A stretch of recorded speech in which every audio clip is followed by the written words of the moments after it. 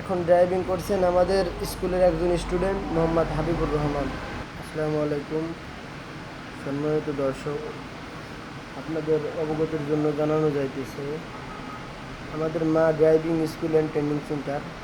এখানে আমরা মূলত ম্যানুয়াল এবং অটো দুইটা গাড়ি দিয়েই আমরা সকল ছাত্রদেরকে ড্রাইভিং শিখিয়ে থাকি। একটা কথা হচ্ছে, অনেকে মাঠে বিভিন্ন ফাঁকা জায়গায় ড্রাইভিং শেখায়, কিন্তু আমাদের মা ড্রাইভিং স্কুল অ্যান্ড ট্রেনিং সেন্টারে আমরা কখনো মাঠে ড্রাইভিং ট্রেনিং শেখাই না, ট্রেনিং দেওয়াই না। কারণ মাঠে ট্রেনিং দেওয়াইলে আপনার রোডের যে সাহসটা কখনো অর্জন হবে না। মাঠে আপনি 10 দিন চালাইলে যেই সাহস অর্জন করতে পারবেন, তার থেকে আমি মনে করি মেইন রোডে একদিন চালাইলে তার থেকে বেশি সাহস অর্জন করতে পারবেন। কারণ মেইন রোডে যখন আপনি ড্রাইভিং করবেন, গাড়ি চালাবেন বা চালানো শিখবেন, আপনার আশেপাশে ছোট ছোট গাড়ি, বড় বড় গাড়ি, মানুষজন হাঁটাচলা করবে, রিক্সা, ভ্যান, অন্য অন্য গাড়ি যাতায়াত করবে।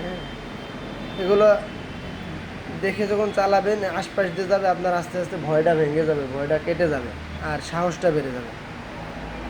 তো এই জন্য আমরা ড্রাইভিংটা মেইন রোডে দিই। তো মেইন রোডে দিই বলে প্রথমেই যে মেইন রোডে দিয়ে এরকম না, প্রথমে মেইন রোডের পাশে যে ফাঁকা জায়গাগুলি আছে, এখানে আগে আমরা ম্যানুয়াল গাড়ি যারা শেখে তাদেরকে পাও ইজি করাই, অ্যাক্সেলেটার, ক্লাস এগুলো মিল করানো শেখাই, গাড়ি গড়ানো শেখাই, হাঁটানো শেখাই।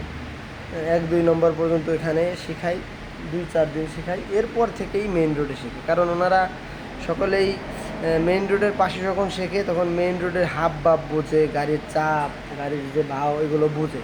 এরপরে যখন পাশ থেকে মেইন রোডে ওঠে তখন অতটা কষ্ট হয় না, সহজেই একজন স্টুডেন্ট গাড়িটা কন্ট্রোল করতে পারে, সহজেই চালাইতে পারে।